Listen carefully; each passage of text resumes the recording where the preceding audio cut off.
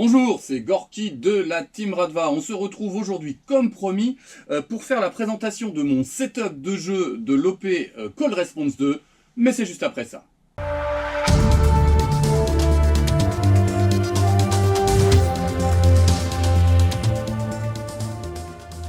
En introduction, je souhaiterais remercier toute l'équipe de Soyuz Gear avec laquelle je suis en train de construire un partenariat, je vous en parlerai un petit peu plus tard, et qui m'ont permis à la fois de construire mon setup de jeu et mon setup base de vie dont on parlera, on va dire, dans une quinzaine de jours, puisque là je vais prendre un petit peu de congé. Ma santé ne va pas forcément aussi bien que je voudrais, donc j'ai besoin de me poser un petit peu. Mais je voulais absolument faire ce retour setup que j'avais promis à tout un tas de gens avant l'OP, j'avais pas pu le faire, voilà. Donc je vous la présente maintenant. Je vais essayer d'être le moins ennuyeux possible. Je vais vous présenter d'abord ma tenue et en fonction des contraintes que j'avais. Puis ensuite, je vais vous présenter mon gear. Puis ensuite, mon pactage.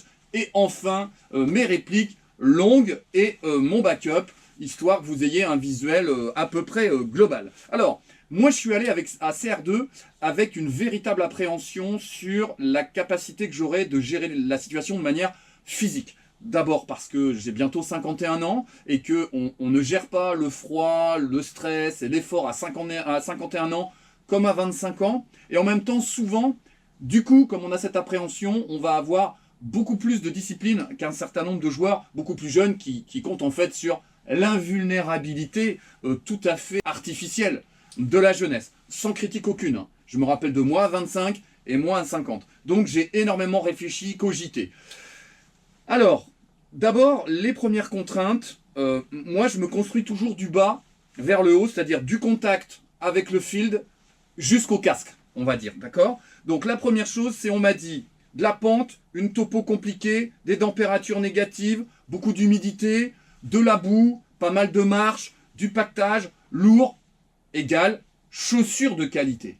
D'accord? J'ai une paire d'Adidas, je vous mettrai la référence là ici, qui m'accompagne depuis des années, que j'ai fait ressemer, etc., mais qui ne sont pas Gore-Tex, dont je savais qu'elles allaient m'amener une misère, et donc j'ai investi dans des Lowa, les Zephyr GTX à tige haute. Je vous les mets aussi à l'écran, voilà, celles que j'ai au pied là actuellement. Je les ai prises en OD, merci Kritchek qui est un fan de chez Lowa depuis longtemps. Alors attention, on n'est pas sur des chaussures que vous allez trouver sur des sites d'airsoft. On est sur des chaussures soit de randonnée, soit des chaussures militaires qui peuvent être portées à la fois par des membres de l'OTAN, voire par des soldats, que ce soit de l'armée russe ou ukrainienne. On est vraiment sur des chaussures de qualité professionnelle, Gore-Tex, avec une membrane, etc. Alors, moi, sensation chaussure, des chaussons, un grip super, parfaitement étanche, ni chaud ni froid, aucune humidité, incroyable. J'en ai blagué avec les potes autour de moi. Franchement, le soir, après une dizaine d'heures passées dans les chaussures, j'aurais pu dormir en ne retirant pas mes chaussettes directement dans le duvet. Ça veut dire qu'elles n'étaient ni malodorantes, ni humides. Qu'est-ce qui fait qu'à un moment donné, on a froid aux pieds? Eh bien, le corps, lorsqu'il est en action, dégage des vapeurs corporelles qui se condensent sur la peau. Ça va être la sueur. D'accord? Avec la membrane Gore-Tex, ces vapeurs s'évacuent du pied. Ça évite de concentrer l'humidité sur le pied, ce qui évite le développement bactérien et les mauvaises odeurs. L'humidité, le froid, l'abrasion, les cloques, les ampoules, etc., etc. Donc, la première chose à choisir, d'excellentes chaussures. La base, en fait, quand on va sur ce type d'OP, c'est pas de se dire « Ouais, j'y vais en mode survie, c'est quelques jours, c'est pas grave. » Non. On doit avoir uniquement comme charge mentale le jeu, pas « J'ai mal aux pieds, j'ai mal aux épaules, j'ai de la buéolinette, j'ai mal, le casque me... » Non, non, non. Il faut être parfaitement confort. Donc, il faut absolument penser à des chaussettes de qualité, des chaussettes de randonnée. Voilà, comme je peux avoir là. Donc, des chaussettes longues, avec des restrictions en élastane aux bons endroits, qui fait que eh bien, la chaussette ne va pas bouger ni faire de la bouloche. Fondamental. Si vous avez les pieds pourris dès la première soirée, ben, dès le lendemain, c'est la galère. Et je répète, loisir, plaisir. On n'est pas là pour se galérer. Pas la peine de me dire, ouais, Gorky, t'es en sucre, tu truc. Non les gars, vous allez discuter avec n'importe quel randonneur de haut niveau ou n'importe quel militaire, lui il se dit pas vas-y, c'est pas grave si j'ai des cloques. Non, il va tout faire pour soigner ses pieds.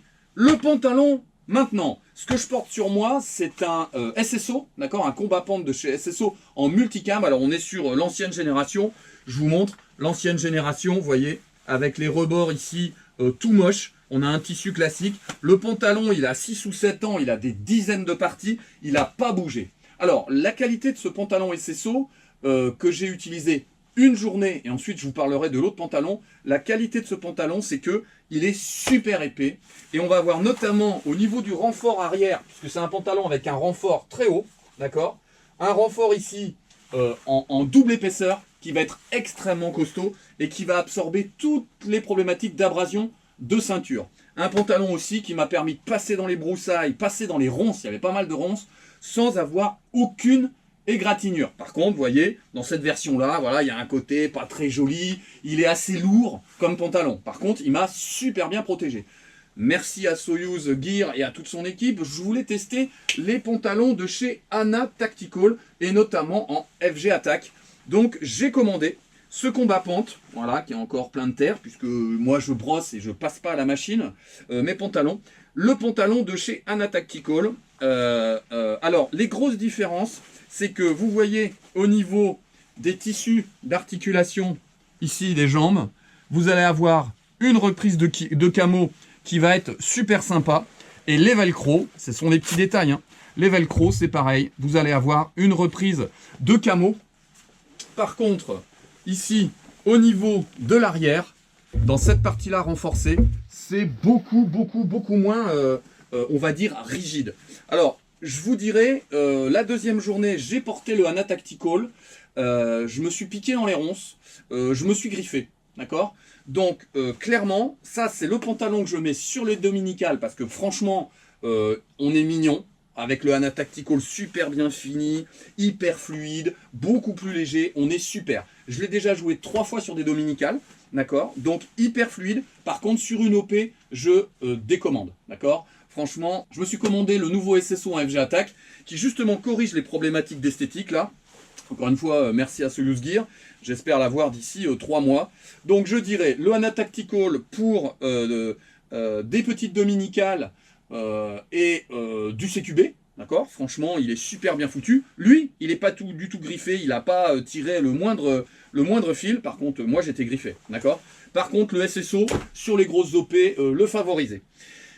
Sur la partie haute ensuite, au début, on m'a dit, ouais, température négative, -6, -7, on a joué à 0 degré. Donc, j'étais parti sur une veste, ma veste de chez KE Tactical, une veste Gore-Tex.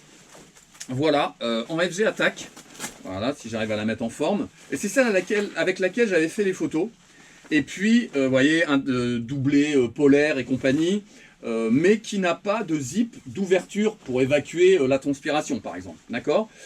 Ça, c'est une veste qui est donnée pour -10, -15. Ok? Avec l'hypothermie, le stress, etc. Moi, j'ai tendance à prendre un petit peu plus protecteur que les températures indiquées. Tu vois, on va me dire -4, -5. Je vais me protéger à -7, -8, d'accord? Mais c'est avec l'âge aussi, on gère beaucoup moins les températures froides. Là, je me suis dit, pas la peine en fait. Je vais crever de chaud, on change de stratégie. Ouais, je balance au fur et à mesure par terre, bon.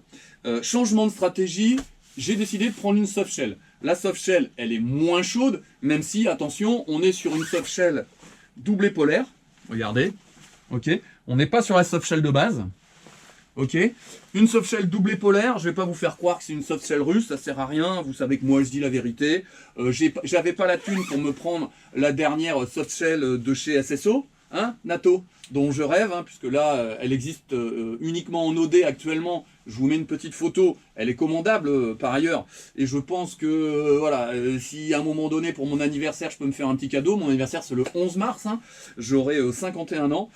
Voilà, je verrai si j'ai un peu de thune pour me la payer, ce serait vraiment sympa. Non, là, on est sur une soft shell chinoise, mais pas la soft shell chinoise à 20 balles de base, là, qui est nulle, qui a pas de coup, bon, bref. Non, là, on est vraiment sur la soft shell doublée polaire, vous voyez, plutôt bien coupée, nickel, c'est... Voilà, franchement, on est sur de la bonne gamme, et l'EMR, je le trouve relativement propre. Voilà, le camo EMR, il n'est pas, on va dire, flashy, presque fluo comme c'est parfois, j'avais un petit peu peur. Là, il est franchement nickel.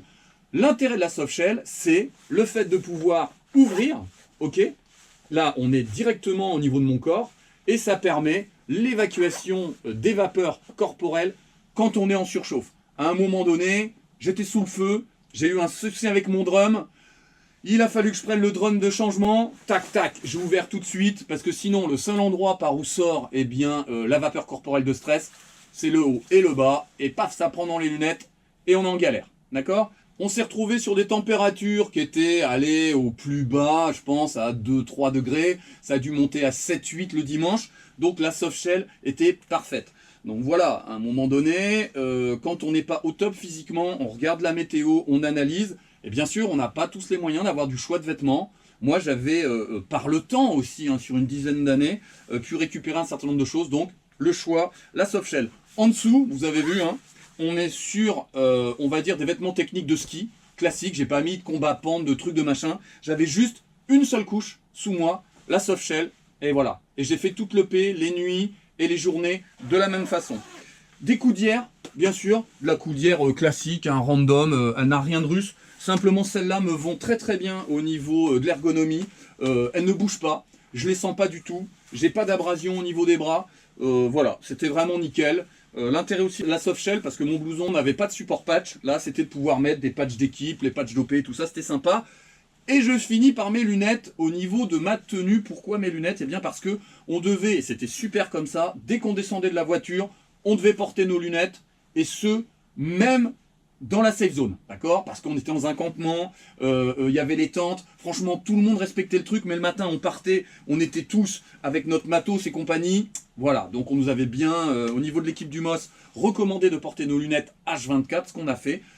Choix vert blanc, marque lunettes Bollé, pas parce que je veux faire mon petit bourgeois, mais parce que, eh bien, je ne savais pas si j'allais avoir besoin de mes petits inserts, voilà, des petits inserts de correction qui se mettent à l'intérieur des lunettes et que je n'ai pas eu besoin d'utiliser parce que, eh bien, sur le poste qu'on m'a confié, j'étais simple soldat, j'ai pas eu besoin de travailler des fréquences radio, j'ai pas eu besoin de faire de l'analyse topo, j'ai pas eu besoin de faire de la lecture d'instructions ou de scénario ou de la reconnaissance de photos. J'étais tranquille, d'accord? Donc, j'ai pas eu besoin de mettre mes inserts. Mais c'est uniquement pour ça que j'ai mis mes bollets et que j'ai investi dans des bollets. Et comme moi, je ne fais pas confiance à Amazon pour me fournir des lunettes avec de la correction et machin, j'ai vu avec mon opticien, et bon, bah, ça m'a coûté un bras, bah, c'est pas grave. La sécurité et, on va dire, la correction, ça coûte de l'argent, d'accord? Alors, petite chose que je n'ai pas prise et que je vous montre, voilà, je remettrai mes lunettes juste après. Pour des questions de roleplay, eh bien, et c'est pas bien, certains vont peut-être le critiquer, je n'avais pas mis de Stalker, d'accord, mais j'utilisais un cache-cou de chez KO Tactical, hein, ça me remonte à l'époque où j'avais un partenariat avec Rusmil.com, qui n'existe plus depuis le conflit russo-ukrainien, voilà, et je mettais devant le visage, voilà, sinon on va plus m'entendre, je mettais devant le visage quand on était en situation d'action, quand on montait à l'assaut, je mettais devant le visage mon cache-cou, d'accord? J'ai pris un risque, je ne le recommande pas, mais c'est vrai que dans la partie immersive, quand tu croises un gars qui a un stalker, bon, c'était pas la même, d'accord? Mais vraiment, je continue dans la recommandation, j'ai pris un risque, c'est pas bien. Tous ceux qui ont mis des stalkers à CR2 ont fait mieux que moi, d'accord? Je répète, hein, c'est d'abord la sécurité, ensuite le RP. Moi j'ai pris un risque. Voilà, chacun, si je m'étais fait péter une dent, eh bien j'en aurais eu à m'en prendre qu'à moi-même. D'accord? Bien. Alors ensuite, sur la protection des mains, j'ai choisi des gants, des Impact, des gants excellents, intérieur cuir, rembourré, avec un extérieur renforcé, pas coquet, j'aime pas quand c'est coquet. Et contrairement à ce que je disais précédemment, vous savez, j'ai tendance moi à découper les 3 doigts de la pince hein, pour dégager la pulpe de mes doigts, pour l'appréhension. Là, sécurité maximale, appréhension de la pyrotechnie, peur des ronces, peur des éléments contendants, s'accrocher les mains dans les échelles quand on montait dans les camions. Donc vous voyez, on est sur des gants, couverture totale, voilà. On n'est pas sur les gants premier prix, hein. On est quand même sur des gants de qualité qui n'ont pas bougé du tout intérieur-extérieur. Merci à mon fils Johan qui me les a offerts il y a quelques années pour mon anniversaire. Et je les utilise que sur les OP, notamment en hiver. Bien, maintenant on va parler du gear. La règle sur CR2, c'était si on avait le casque et la protection balistique de poitrine, donc le porte-plaque, ça nous faisait baisser le respawn à 1 minute 30, d'accord? Moi, il n'était pas question que je bloque toute la team en ayant un bonnet et un smerch, d'accord? Et en plus, comme je jouais armée régulière, c'était plutôt logique d'avoir une protection balistique globale. Moi, je suis incapable d'avoir tout sur un porte-plaque, ça va me péter le dos, c'est impossible. Donc, j'étais automatiquement sur une démarche de Warbelt, d'accord? Il fallait que je déporte une partie du matériel que j'allais mettre sur le porte-plaque sur une Warbelt. Je me suis fourni, parce qu'encore une fois, j'avais pas la thune, une Warbelt chinoise, à l'époque où je me disais que j'allais jouer avec mon AKS 74U. Je vous la montrerai après, d'accord? Elle vaut ce qu'elle vaut, la Warbelt, je vous la présenterai plus clairement lorsque je vous ferai justement une présentation des Warbelt, des avantages et des inconvénients. Mais j'attends justement que l'équipe de Soyuz Gear m'envoie des Warbelt. Le problème de la Warbelt, c'est ça. On en parlera. C'est-à-dire un ruban simple qui vient en pression au niveau des épaules. D'accord? Je l'ai testé, j'ai vu ce que ça donnait. Franchement, je me suis pris cette tenue, je vous la présente pas plus que ça, parce que je la présenterai sur la revue des Warbelt. Je m'étais fait une tenue globale pour ma petite AKMSU. Donc une Warbelt sur une base chinoise. Et puis un Panzer ici que j'adore. Un Panzer, c'est le 1.0. Le 1.0 que je n'ai pas eu à porter puisque je n'ai pas eu de problème avec ma RPK-16. D'accord? Mais bon, voilà. Donc la Warbelt, elle ne me plaisait pas trop. Je voulais jouer la RPK-16. Je savais que le 1.0, il allait me scier les épaules. Et donc, je parlais de tout ça avec Nato, justement, qui est un des membres de Soyuz Gear, et qui me dit, mais Gorky, en fait, sur des photos RS, j'ai régulièrement vu des gars qui portent un Smerch sous la protection balistique. D'accord? Le Smerch, dont moi je sais, parce que j'ai beaucoup joué Smerch, que c'est super confort. Donc, j'ai ressorti un vieux Smerch que j'avais acheté il y a des années, parce que là, ici, j'ai un VSS Vintores de la marque STO, je dis bien STO, pas NPO, ok? Et donc, je m'étais fait un montage avec un Smerch SSO molle en multicam, que j'ai complètement vidé. Je me suis fait une Warbelt, et je me suis fait un petit montage dessus, que je vous montre tout de suite. Voilà, je me retrouve avec le Smerch sur moi, entièrement vidé, et sur lequel je vais poser, dans un premier temps, une plateforme pour mon holster Kidex, voilà, sur le côté. Et l'intérêt, eh ben, comme c'est super rigide, le Smerch, on n'a pas trop de problème pour dégager ici le PA, puisque, que ce soit en avant ou vers l'arrière, la plateforme est plutôt bien contenue.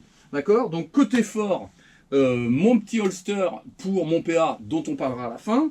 Ici, encore une fois, un clin d'œil à Kritschek. Dans ma poche AK dont j'ai retiré la séparation, je vais avoir ma petite gourde d'eau, parce que quand j'ai besoin de boire, moi j'ai horreur du camelback. Le camelback, ça ramène des lignes devant, c'est pareil. J'aime pas les sangles pour les fusils d'assaut, parce que là aussi, ça ramène une ligne devant, ça passe en travers de l'accès de toutes les poches, j'aime pas ça, d'accord? Donc pour moi, le moins possible, c'est toujours le mieux, plutôt que trop d'encombrement. Côté faible, ici, de la marque SSO, deux porte-chargeurs PA rabattables, d'accord, verrouillés, pour pas perdre mon matériel. Et ici, sur le côté, une poche IFAK avec ma cape de pluie, toujours pareil, hein. Cette idée de ne pas avoir à arrêter toute la colonne ou toutes les squads pour aller récupérer ma cape de pluie. Non, elle est là, elle est disponible. Et dans le dos, là ici, une poche IFAK, couleur Flora, parce que j'aime beaucoup cette couleur, puis j'aime bien quand c'est un peu dépareillé, dans lequel j'avais tout mon kit de survie, d'accord? En plus, les médocs pour la migraine, etc., etc., mais une vraie IFAK médic entièrement complète, d'accord? Bon, vous voyez, ça donne ça. Sauf que là, j'aurais pu jouer, franchement, avec le drum, le P1, etc., j'aurais pu aller jouer. Sauf que, bah là, j'avais zéro protection balistique. Partant de ça, donc là, je suis hyper confort, et vous avez vu la largeur des suspentes doublées de Smerch, donc confort de fou. Par contre, là, pas de protection balistique, je me retrouvais à 7 ou 8 minutes de respawn, c'était pas possible. Donc, j'ai rajouté un Panzer 3.0, aujourd'hui on est au 3.1. Pour moi, le Panzer 3.0, je vous montrerai pourquoi. Pour moi, c'est le porte-plaque russe le plus confortable que j'ai eu à porter aujourd'hui. Pourquoi? En grande partie parce que, contrairement au 1.0, regardez-moi la largeur des suspentes. D'accord? On a des suspentes énormes qui vont permettre de gérer complètement les appuis sur les trapèzes, et ça va faire de ce porte-plaque quelque chose d'extrêmement confortable. Je vais vous montrer le porte-plaque de près pour que vous voyez un petit peu à quoi ça ressemble. Voilà, ici j'avais mis la radio à l'épaule à gauche. Ici, un petit gris-gris, je mets un bracelet de paracorte et je passe mon bonnet. Le bonnet que je porte lors des pauses, d'accord, quand on fait la chauffe le midi par exemple, je retire mon casque, je mets mon bonnet. Et pourquoi je le mets là? Je vous montrerai avec la réplique. Ça me fait un coussin de port d'arme en fait. Hein. Je porte mon arme à l'épaule plutôt qu'à la sangle, et ça me fait un coussin de port d'arme. Voilà, bon bah c'est avec l'expérience et l'habitude. Et devant, je vais avoir essentiellement de la taco, mais je vous présente ça sur moi. Je l'enfile et on en parle tout de suite. Voilà, j'ai enfilé mon Panzir. Alors, petit détail aussi par rapport à une Warbelt, la forme du Smerch à l'arrière, d'accord, fait comme une ceinture de force, qui fait que lorsque j'ai tendance, moi, à être au repos, à attendre ou à patienter, vous savez, il y a plein de moments où on attend, il y a des briefings, j'ai tendance à me cambrer, comme ça, d'accord, en position de repos, je vais pas être comme ça, moi, tac, je vais tendance à me mettre comme ça. Et bien le Smerch, tout de suite, paf, il me bloque, sans gêner mes progressions ou mes déplacements, hein, mais il m'a super bien maintenu le dos, et je trouve ça beaucoup plus efficace qu'une Warbelt de ce point de vue-là. Alors, le Panzir 3.0, je vous ferai la différence avec le 3.1. La grosse différence avec le 1.0, franchement, c'est les largeurs du suspente. Après, il va y avoir des petits détails, des petits velcro, des petits passants, des petits machins, des petits bidules. Ouais, bah à notre niveau à nous, ça va pas être ça qui va faire les très très grosses différences. Je l'ai monté full taco putsch devant, des fast putsch, pourquoi? Voilà, je vous montre, je sais pas si vous verrez bien comme ça. Moi j'aime bien pouvoir sortir les choses assez rapidement. Là j'avais ma radio supplémentaire, la radio Orga, ma petite torche rouge, la petite torche rouge, voilà, pour les progressions, et en dessous de la torche rouge, mon petit chiffon pour les lunettes, la grosse torche super puissante pour la nuit, mon petit foulard de touche, ici, devant la grenade, les grenades Pyrosoft, ok, voilà, toujours avec rabat, hein, la pyrotechnie, moi je laisse pas se balader. Sur le côté ici, encore une fois, une grenade. La poche Shifac ici, pas très accessible, ce serait à refaire, je l'aurais pas positionné. Merci à Kama parce que c'est lui qui me l'a offert. Avec à l'intérieur, encore une fois, une reliquat de chiffon. Parce que quand il pleut, éventuellement, les chiffons que j'ai posés dans les tacos vont se tremper. Ici, moi j'aime bien ce genre de système.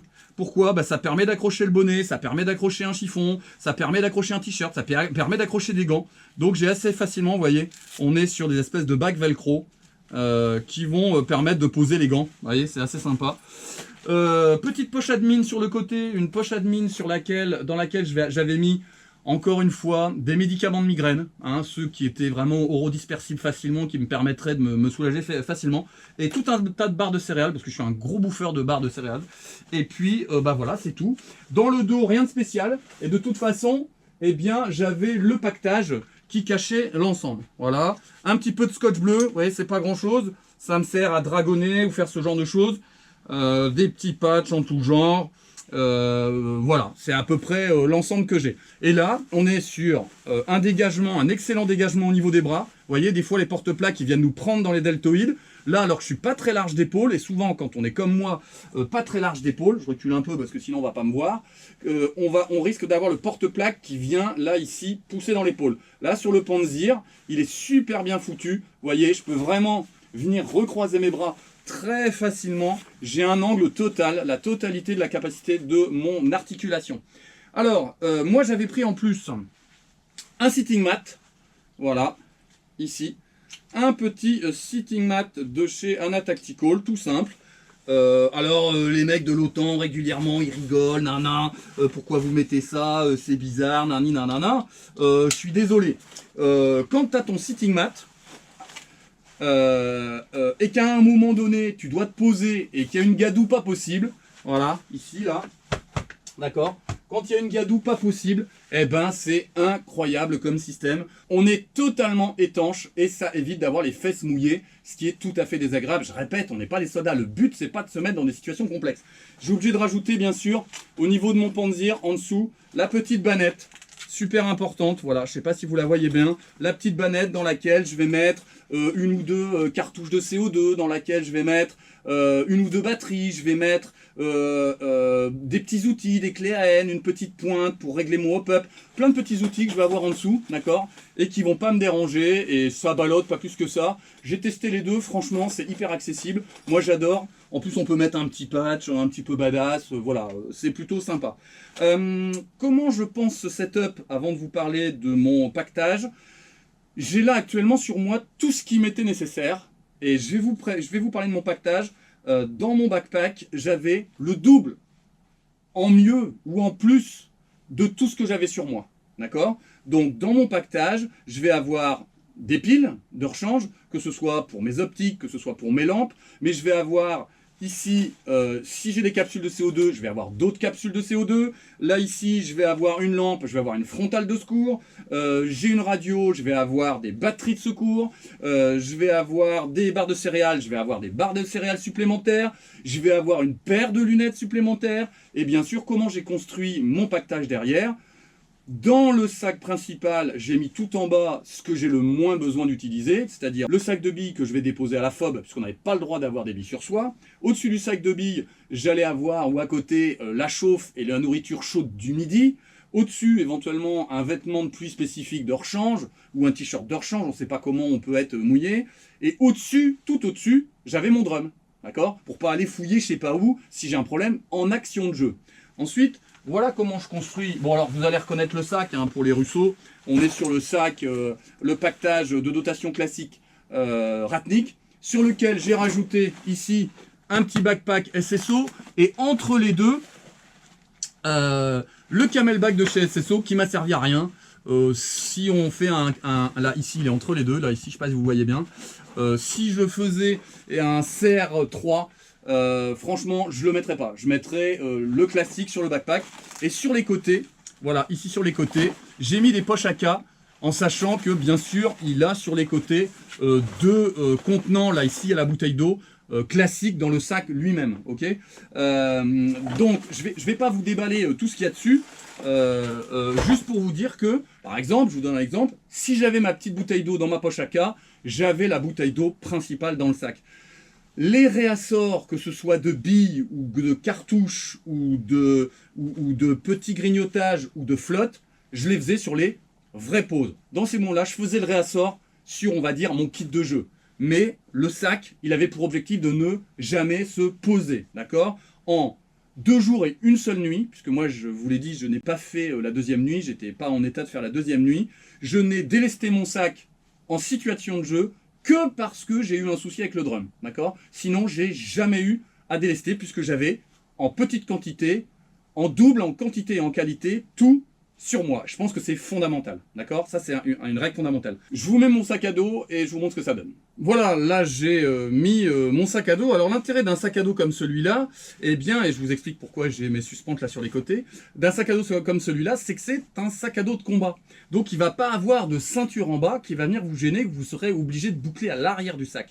Il n'a de verrou que ici, assez haut, d'accord? Moi, je le passe de l'autre côté de la radio pour pouvoir le bloquer, et de l'autre côté, ici, du support bonnet pour le bloquer.